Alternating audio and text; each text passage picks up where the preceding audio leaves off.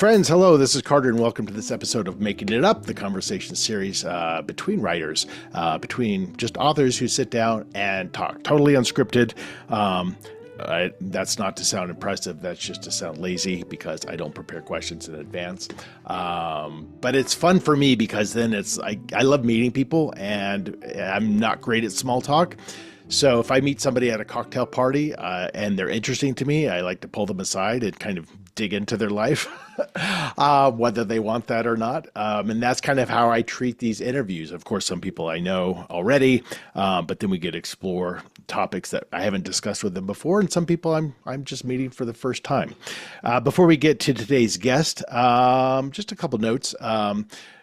Some offerings from Unbound Writer. If you're an aspiring writer, I do have a company that I'm the founder of, Unbound Writer, where we provide lots of things. Online classes that we have, self-guided online classes, and I have a few new ones out there from some masterful writers who are they're kind of like mini master classes, so you want to check those out.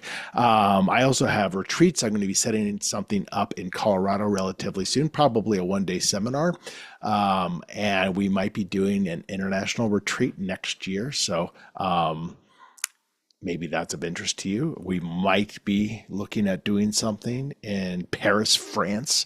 I don't know yet. It hasn't been finalized, but I'm working with a couple other authors to maybe do an awesome retreat there. And if that sounds interesting to you, drop me an email at me@carterwilson.com. And it would be an interesting idea to get a sense of if anybody might be interested in that.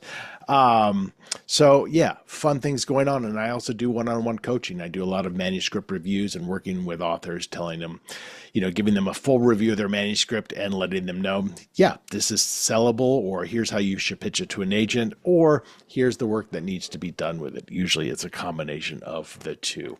And for all of those things I offer free consultations. So you can just go to unboundwriter.com and you can sign up and talk to me in this very room with the books behind me, and we'll see if we're a good fit for working together. All right, so today, let's get today's guest. So today was an exciting day because I talked to Leigh Dunlap, and Leigh has a new book out. And the cool thing about this book is it is her very first book. And I talked to her on her launch day. Her book is Bless Your Heart. It's a thriller. But Leigh's background isn't novel writing. Leigh's background is screenwriting. And she and I talked quite a bit about her journey from USC Film School into writing scripts and screenplays. The first movie of hers that was made was the Hilary Duff Cinderella movie, which, like she calls it, an overnight success that took 5 years. So we did go into a lot about kind of the nature of Hollywood versus the nature of traditional novel publishing. And she made some really interesting comments about wanting to write a book to have the IP, the intellectual property that then could be potentially developed into like a limited series for television. Because she knows kind of how Hollywood works, it was kind of interesting to learn from her that your novel, your story is going to have a much better success rate of being adapted into something if you have a novel first, rather than pitching maybe three episodes of a series you wrote on spec. So that was new information for me, and super fascinating to hear. But she got the opportunity to write the novel, which she said she never would have done had there not been the confluence of both the writer's strike and the pandemic. So she had time. She had time to figure out how novel writing worked. Of course, she was assisted by years and years and years of writing teleplays, screenplays, that kind of a thing. But it is still a different beast. So she had an interesting take on it. And now she is doing events and doing all those things authors have to do when they have their books out. So she's going through all of that. It was a fascinating conversation. She was great to talk to. I think you're going to like this one, friends. This is my conversation with Leigh Dunlap.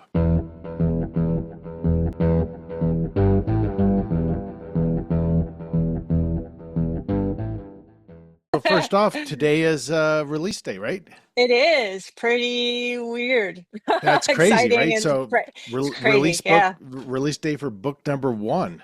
Um, it's really, oh, the things I've learned. yeah. Well, I So, mean, I know, and we're going to get into it, but I know your background is obviously extensively focused around writing, but yeah, I can only imagine that publishing your first novel has got to be a completely different experience. it's totally different. It's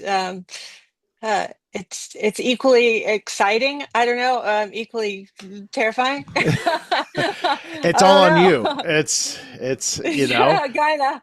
I um, went into Barnes and Noble today because I thought, oh, fun, I'll go see my book. I'm here visiting Atlanta. It takes place in Atlanta, and it wasn't there, so that was yeah. fun. Um, Yeah, and but that kind yeah, of happens too, and it's always interesting to like the difference between kind of an outsider's perspective of what publishing a novel is like, and then the actual author's perspective, where you yeah, realize like, you know, Barnes and Noble, yeah, and I know you're with Crooked Lane, who's a great publisher. Those folks are fantastic. yeah. Sometimes they buy like two or three copies per store, and that's it. Sometimes stores don't buy it at all. You know, Didn't it's buy it just at all. and sometimes they buy in massive volume. You just never know, what's going to happen. And everyone just assumes like, oh, I'll find your book in the airport. Well, probably not, because that's really That would be tight so real cool, estate. though. Have you seen yours in the airport? Any of I yours? have, I have. It's weird, and sometimes it's just a random airport where I'm like, I don't know why it's in this airport, but that might be an airport in Topeka. Columbus, Ohio. Yeah, totally, and then it won't be anywhere Okay. else. So I want to kind of go back a little bit through your career because one of the things that so one of my best. I grew up in L.A. and Oh, did you? Where? Westlake Village, Okay, so cool. Ventura County. Outer Uh, Valley boy. Yep, exactly. And one of my best friends, this is back in the 80s, one of my best friends went to USC Film School, Okay. which is, I know, where you went. And he Yep. ended up being a screenwriter for a while, but finally ended up working for Disney. And he's basically in charge of developing new princesses for them. So he's developed Sophia the First and Elena Oh and my stuff like that. God.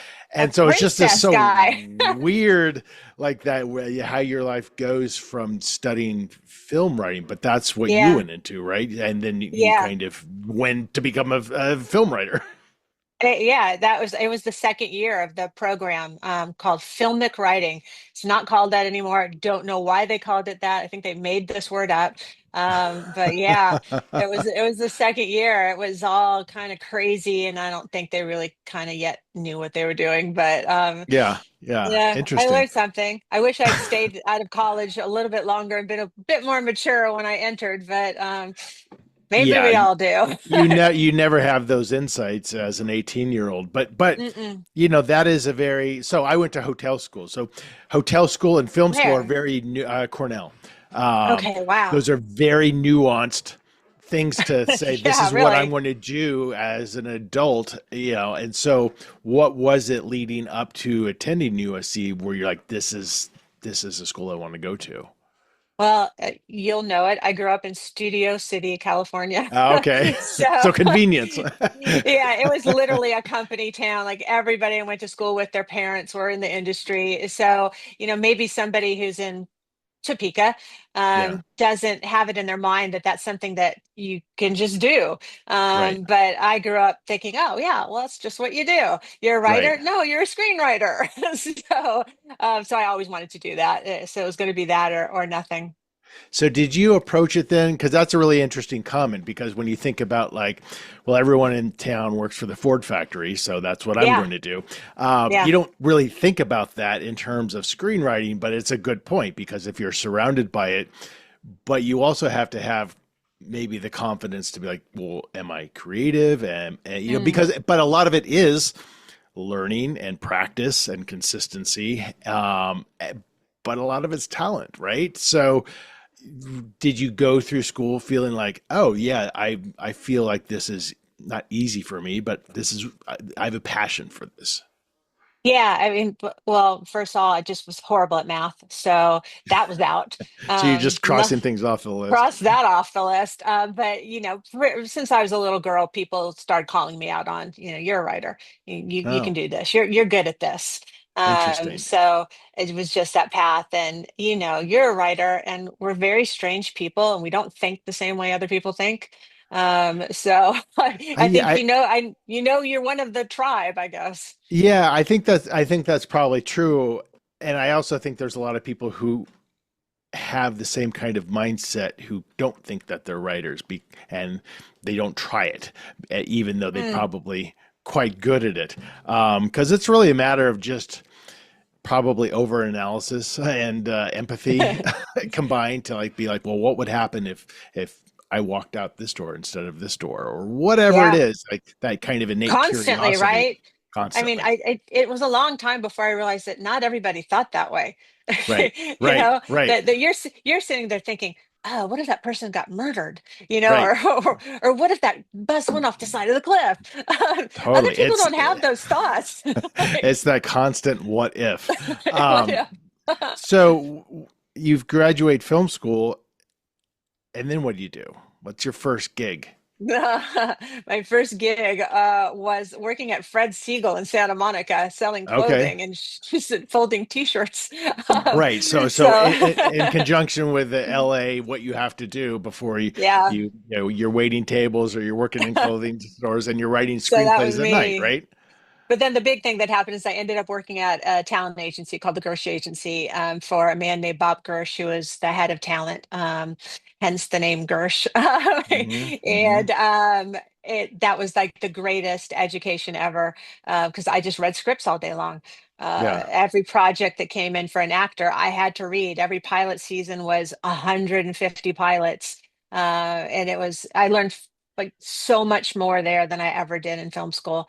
So Yeah, that was you're in the it. practice of it. Yeah. Yeah, yeah. You see, and then the business side, seeing it's not just so many people think, oh, I wrote a really good script. Well, that's like nothing. You could write the greatest script in the world, and it just sits there. And I assume a book too. Um, Totally. it's so much more. I always say to people, like you actors and writers, you want to be in the industry, go work at an agency. You'll learn every bit of how it all works. That's interesting. Were you ever pulled to the idea of actually becoming an agent instead of a No. screenwriter? That would have been terrible. Oh God, no. Why? I've just You're too it nice. was too nice. I think if I went and did it now, I'd probably be really good at it. But it's almost, they're servicing agents and then they're signing agents. And the signing agents, you got to go out there and hustle and steal people, that kind of Yeah, thing. I'd probably be okay as a servicing agent, just trying to get people jobs. right. But it's just not my personality, or wasn't my personality, and it was so stressful. I mean, it's 300 calls a day. All you were doing all day long was reading Yeah. scripts and fielding phone calls. And I mean, I kind of had a reputation in the office for breaking phones. I'd get so angry with break Oh, wow. phones. So, so yeah, that was it. But still, it was one of the greatest educations, and still have two of my very best friends from there. So, Oh, great. And so you yeah. use this education for your off work hours writing screenplays themselves, I assume. Yeah, so I actually through an agent who was there, who I think was just trying to get rid of me and have me not bother him. He sent a script I'd written to a friend of his, and that friend knew some people who were looking for somebody to write a modern day version of Cinderella, and they had no money to pay. Hmm. So enter a new screenwriter who will accept the Yeah. job of no money. And so I wrote it, and there were, I think, four or five other Cinderella projects in the town at that time. Hmm. Um, every studio turned it down. 5 years later, someone gave it to Hilary Duff's mother, and Hilary Duff, and she was the biggest teen star there was at that time. And all those studios that had turned it down had a bidding war, and we were in production in like 2 months. I mean, it was Wow. the craziest overnight 5 year success story ever. Did you finally get paid? And I finally got paid. That's good. That's Yeah. yeah. I mean, but that's the typical story, right? Like, even by very, very limited experience, just having things optioned, it's years and years and years and years, and just nothing happens, Yep. and the vast preponderance of the time, nothing ever will happen. Nothing ever will happen. Yeah. And I've that's just sold far more things than have ever been made. oh yeah. They just, Like, what do you you think know, that ratio is? oh, uh, Like 80 20 to 1. 20? Yeah. 20 to 1. Yeah. Oh wow. Okay. I don't write. I don't just write for the heck of it. I have to write that with a purpose. Right. So I don't just kind of churn out whatever. So I haven't churned out a ton of them, just to see what happens. Right. But I've definitely written a lot on spec that never happened. Right. And even if you're not writing on spec and you're commissioned to write, chances are that won't be made either. But Oh you've made yeah. your money, at least as the screenwriter, for at least Yep. the option or whatever. Yep. And then it just doesn't go anywhere. Or 5, 10, 15 years later, now all of a sudden people want this story. And it's yeah, it's I've got separate film and TV agents, and we just don't talk all that often, because there's, I'm like, they update me and my litter agent when they need to, but otherwise I don't think about it, because I'm like, I'm just assuming nothing's ever going to happen. But if it does, great. But Right. I don't need to be involved until I'm asked to be involved, you know? I mean, it is kind of that. I'm in a little bit of a different situation, I guess, because I've produced my own movies before. So Mm-hmm. I've kind of been in the trenches there. And so I have my producing partners who are working on this. And so we're always together brainstorming, okay, what this didn't work, what's the next step kind of thing. So at least I have, Interesting. not that anything's happening, but at least I have a little agency over it. Well, the other side of the industry, from my perspective, and I know it kind of informed you wanting to write a novel, is the unexpected is constantly happening in Hollywood. And of course, the big ones are writer strikes, and that shuts everything down, or even actor strikes, that Yeah. affects Any everything strike, going. yeah. Any strike goes down.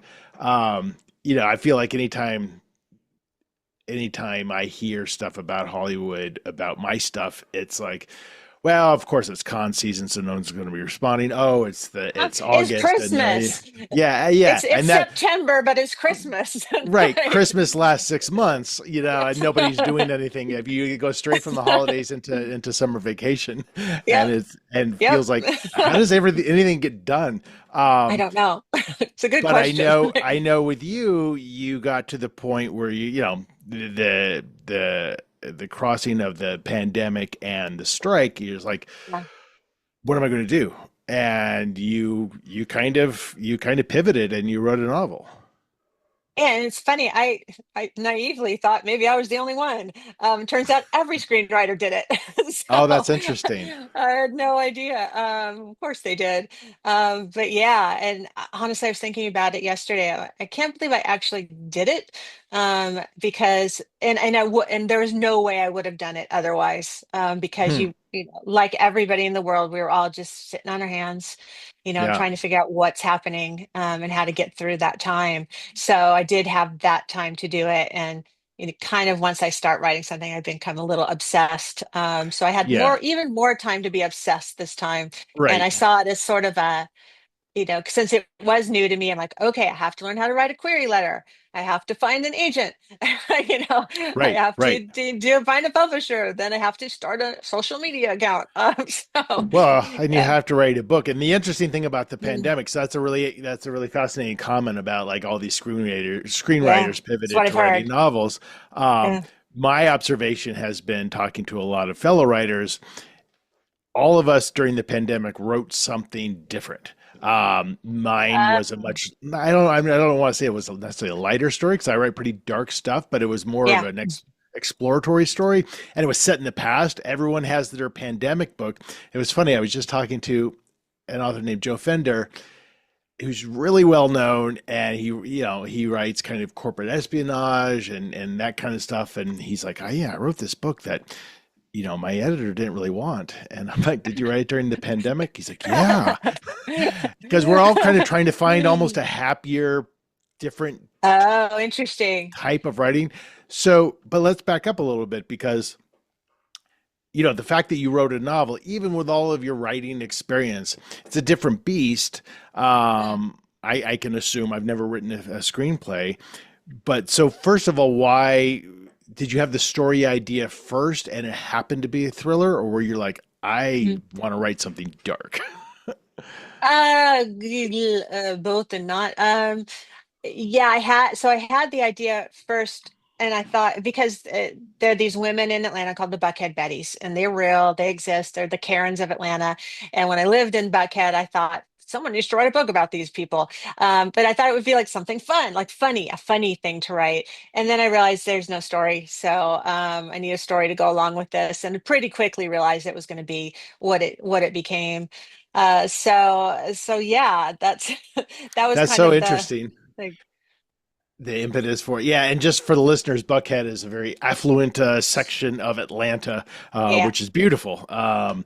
So, and that's it's so interesting to say that because I can picture because sometimes I'll get an idea for something that I think is is intriguing, maybe leans dark comedy, and then you start writing, and to your point, you're like, "There's not enough here. This Nothing would be a there. great sketch," Yeah. um, No and one's then gonna you read this though. right, and then when you start drawing it out, it becomes naturally darker. It becomes more real. It becomes less satirical because you're like, Yeah. "Oh, I'm actually writing about murder." And that Right. can be done in a very funny way, but if I'm writing 400 pages on it, there has to be stakes. There has to be consequences. It can't just be tongue in cheek. And Yeah. is that kind of your experience? You're like, oh, this is more real and visceral than kind of just this idea about these Bettys. I mean, definitely. And like this, you start this book and maybe you're headed somewhere and maybe it veers off or whatever, but it's its own little beast, and Yeah, it lets you know what it is as yeah. you're writing it. And that was definitely my experience. And because of the pandemic, I really had a chance to think about it a lot. So that was cool. Was But that yeah. was and with a screenplay in my mind or how I view it, it's very structured. Obviously, you're really thinking about page length, for example, because you're Mm. thinking about Oh how it yeah, translates totally. to screen and thinking about Yep. and you're right, you're just writing dialogue essentially with some direction. Yep. And when you're writing a novel, it's just like I don't know what happens next. Was it? Could you lean on your screenwriting experience to inform how to develop the arc of the story, how to have maybe a B story, that kind of a thing? Well, I'm very structured in general, and I'm all about note cards and post-its and color coding and highlighters. Mhm. And I do that over and over and over again. And when I originally kind of thought about this, I originally thought, well, this would be a great TV series, but limited series. But I knew there's no way I would ever be able to sell it without the intellectual property behind it. So I'm like, well, fine, I'll make the intellectual property and go that way and see how that works. So I mean, that's it. So it is very much done and kind of the pacing, I think, the structure of a limited series. So So and it's let not me. as literary, I guess, as other books. Well, yeah, I think that's in the eye of the beholder. But how does so? I just want to dig into that just a little bit. So you made mention that this is never going to sell without the intellectual property, i.e., the completed published novel Yeah. behind it. But why is that the case? Can you could have written it. You could have written potentially what the first three episodes of a limited series and pitch this to an agent, or I mean, is that how it works, or that's what maybe another option would have been? Not for me. I don't have that kind of power. If it was somebody who had done TV shows before, um, they would have that kind of power to try to do that. And kind of Hollywood works off of hedging their bets. So when it all goes wrong, the executive can say, "But it was this big book. Yeah, It was a hit song. It was a great toy. Whatever. It's not yeah. my fault." So they really kind of thrive off of that. and IP, intellectual property, became such a huge thing in the last 15, 20 years, that I think it's such a better path to go down. And like I said, I didn't have that kind of clout to do it. So so then was your intention, I'm fascinated by all of this, by the way, was your intention, aside from I have more time and maybe I have a desire to write a novel that I now have the opportunity to do, but was the intention like as, I don't want to use the word cynical, but as thought out as you just said, Yeah. I want to have a limited series and I'm going to write a novel because that gives me the best chance for that to happen. Yep, Oh, that's 100%. And so yeah, interesting. I will be cynical. I mean, not that it hasn't. I love that I have a book, but sort of that dream that maybe other people have, like, oh, I'm going to write the great American novel, was never something I thought about. So I just thought of that. This is a story I want to tell. This is the best way to tell it right now. And everything else, honestly, is like gravy. Like Yeah, I have a book since I never thought I would. It's it's really special that I do. It's just right. it Totally. seems so out of the realm of possibility. Huh. That was something other people did. They were smarter, better writers. That's something that's a different path, and those people are amazing, and they can do that. That's not something that I get to do. So the fact that I have one is very, very cool. But there's a double-edged sword with that methodology in the sense that, again, you're going you get your literary agent and you sell your book, which is unbelievable, like to sell your first book, right? That's, Yeah. I mean, I got an agent with my first book, but my first three didn't sell, and I just like, okay, well, I'll just keep writing because I enjoy it. Uh, But the not only the agent, but particularly the publisher is going to say, "What else do you have? We don't want this book. We want Leigh Dunlap." mm. And so do you Mm. have like this pressure now to be like, yeah, I got to keep now writing books for Crooked Lane or whomever because that's the expectation. Well, I'm kind of wondering if everyone's waiting to see if this one does well enough if they want another book from me. So, but I definitely have other ideas, and that would be the next thing I'd want to do. Yeah, So it's a little bit of wait and see, and that's fair. yeah. Um, so we'll see. We'll see. Yeah, and in the publishing world, I guess kind of like Hollywood, it's so much of it is totally out of your control, All of and it. Okay. yeah, and you can have the greatest book in the world and it can go nowhere, and you Yeah. see some other ones that are like okay, but they just happen to resonate, they happen to hit, and Yeah. nobody has the direct pulse on why that happens. They have ideas, but if they did, they'd be producing bestsellers all the time. Right. It was my recent release, my 10th book that hit. And I'm like, why this book? Why Because it's not a the previous great nine? book. It's such a good book, and it's like the premise of it is so awesome. Oh, thank That's you. why Thank you. that Well, and I that's to appreciate say that. maybe it couldn't have happened, right? But I mean, I think when you have a good product, and you have this great kind of premise to go with it, I mean, that's just Yeah, gold. and I think a lot of it is just you just gotta wait, and you Mhm. have to learn from the feedback, and you just have to keep writing. and and Yeah. there's the problem is if you realize within yourself over time, like I don't really like writing, then it's going to be tough. And I know a lot of That's a writers like problem. that. Really? You Oh my have gosh. you have to love, because it's hard. No matter what So form of hard. writing you're doing, it's Yeah. hard. I'm starting something new right now, and I'm second guessing myself, and I'm like, this is my 12th book.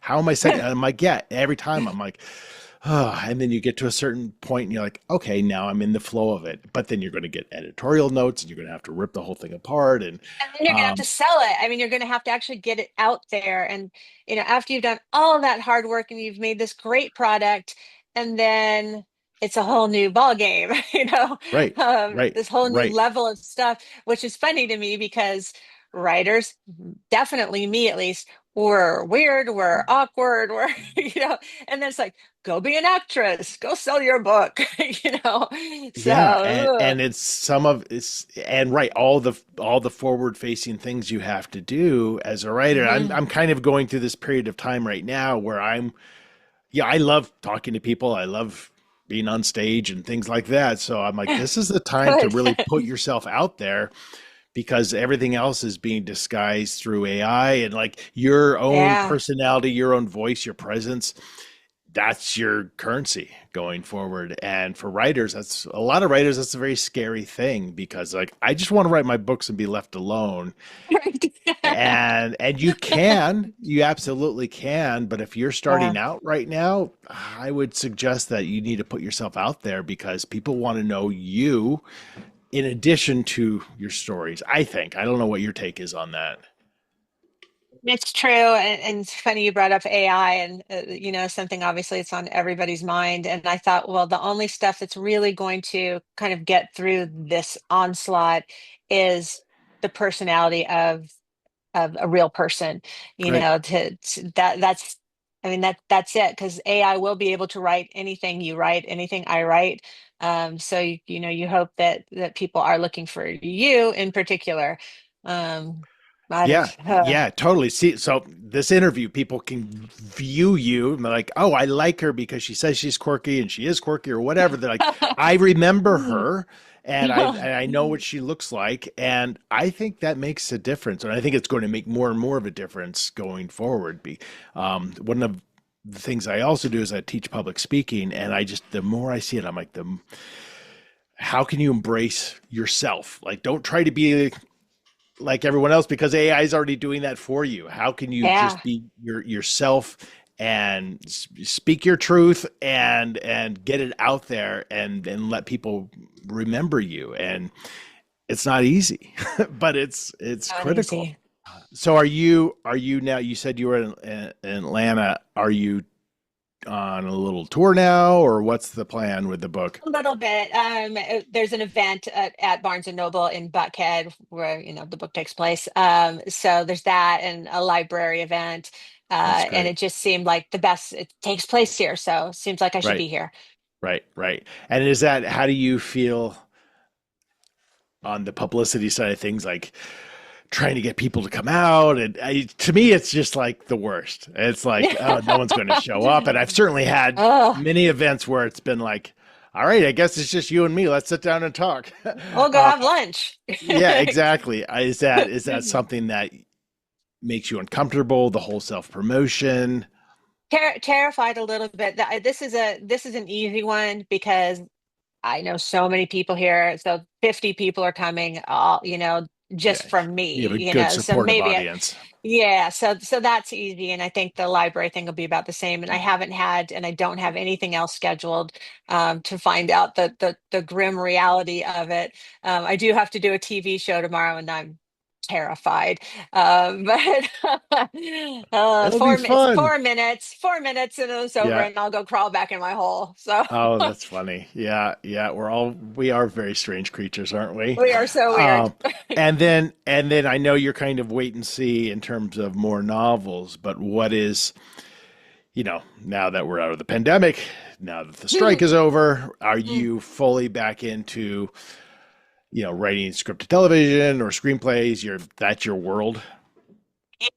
Pretty much, but I would rather do this. I would rather write Hmm. books, Hmm. and then develop them. That would be great, like we're trying to do now. So the best of both worlds: write a book and then write a script based on the book. Yeah. To get to have the fun of doing what my I feel like writing a book is like my second language. Huh. And my first language was writing scripts, so it would be so much fun to turn this into 8 episodes. And I'd love Yeah. to kind of have that experience, but it was fun writing a book. It really was. I mean, I don't know if you have fun doing it, but it Yeah. was fun. Yeah. I do because I don't outline, so to me Ah, because I just write an hour a day, and to me it's like I show up, I'm like, what is going to happen? it's And cool. sometimes it's not fun because I don't know and I can't see it, but once I start typing, I start to see things very cinematically, and then I can just follow along and just feel it. So it is fun, but at times it's really difficult. At times, It is. you But it's like know, the greatest feeling in the world when you write something, right? Like when you like have written a couple of pages and you read it back and you like it, like it's such a great feeling. Totally. And I think what it boils down to, I've thought about this over the years because I've worked in the corporate world for decades and I've had other jobs, and it is the thing that no matter what happens, whether it sucks or it's great, it is your vision entirely, right? You're not writing Mhm. this and turning it in to somebody else, and this is Yeah. what they requested. This is like it's, and there's something so basically human about that. Like this is my creativity manifested into a Mm-hmm. document, and Oh, there's the ownership of that is somehow sublime, I think. yeah. That's so cool. It's a great way of putting it. It's like, So yeah, your little baby you gave birth to. yeah, yeah, it's for better or for worse, it's all you. And there's something like at the end of our lives, we want to be able to say this, I did this, Yeah. and Yeah. that's and it's somebody, and I think I certainly know I take it for granted over time, but sometimes I reflect, I'm like, I made these like I'm children, and they turned out Yeah. okay. And And they'll be there long after you're gone, which is so cool. right, and that's the one thing that I'm going to be, those are the things I'm going to be proud of and look back and be like, yeah, that's what defined me more than Mm. maybe anything else. Your Yeah. relationships and your personal work. So, Yep. um, well, Lee, we're going to wrap up. Before we do, we do have our little making it up portion of the show where I've selected So three books. huh, here goes my improv career. No, Like this is my great. one dream of being an improv comedian is over now in about I three get, I've minutes. done this 200 times and I get nervous I every know. time. Oh It's God. scary for me, but it's only going to last a couple minutes. I picked three books at random. Maybe not. You're going to choose one of these books, and we're going to choose a random sentence from a random page, and that will be the first sentence in a very, very, very short story that we can do anything with. But I've got these are all, yeah, they're not all thrillers, but two of them are. We have The Drowning Game by Barbara Hmm, Nicholas, interesting. um, William Kent Kruger's Fox Creek, Hmm, interesting. and Michelle Habas Corpora's His Face is the Sun.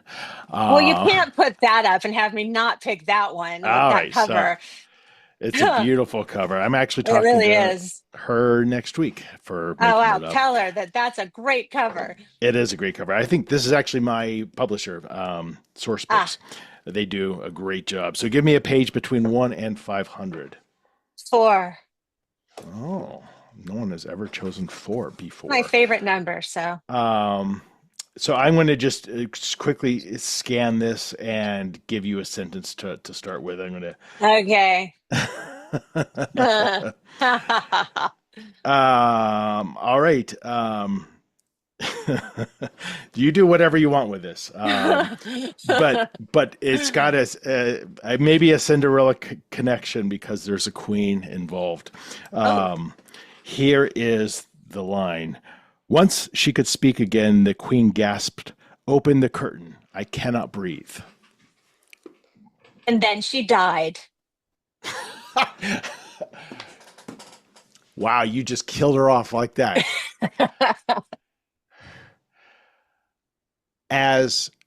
As the only servant in the room, I stared at the queen's body in disbelief. Surely everyone was going to think I was responsible for this. I had to make a decision what to do.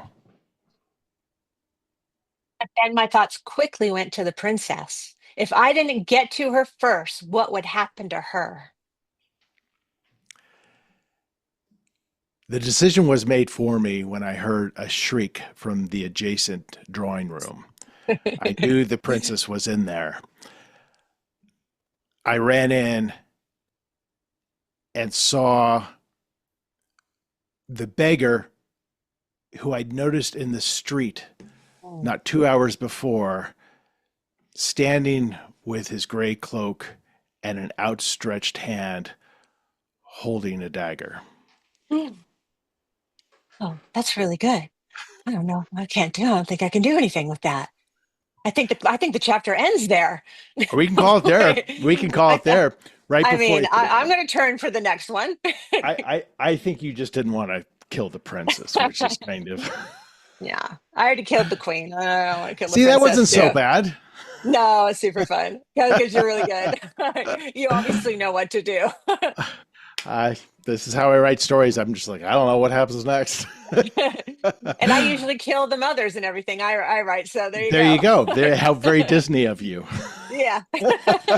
Well, Leigh, what a great pleasure to talk to you, and Yeah, you congratulations too. not only on your debut novel, but on release day. That's a very exciting moment. Are Mm. you going to any like writing conferences like BoucherCon or anything like that that's coming up? Con, yeah. That's what I'm going to. You going to be there? I will be there. So Yay, I'll meet you in please, person. That'll be yep, fun. that would be great. Well, fantastic. It was great talking to you, and congrats again, and see you in a Thank few you so weeks. much. All All right. right, take Bye. care. Bye. All right, that is it. That is my conversation with Leigh Dunlap. That was a fun one. Her new book is out right now. It came out August 12th, the day we're recording. Obviously, this episode's coming out several weeks after that, but please go pick up her book right now. It is called Bless Your Heart. And if you want to know more about Leigh and her books and her screenwriting and everything about her, just go to her website, which is leighdunlapwrites.com. And go ahead and pop on over to my website, carterwilson.com. You can check out all of my books with links to buy. You can see other episodes of Making It Up. And of course, you can link on over to Unbound Writer. And if you're interested in any kind of one-on-one writing coaching, writing seminars, retreats, or self-guided online classes, all that information is there for you. And I always give free consultation calls if you are interested in the one-on-one coaching. That's it. That's all I got to say. Thank you so much, as always, for watching and or listening, depending on where you're consuming this episode from. And yeah, we'll send another episode out to you just next week. In the meantime, as always, take care.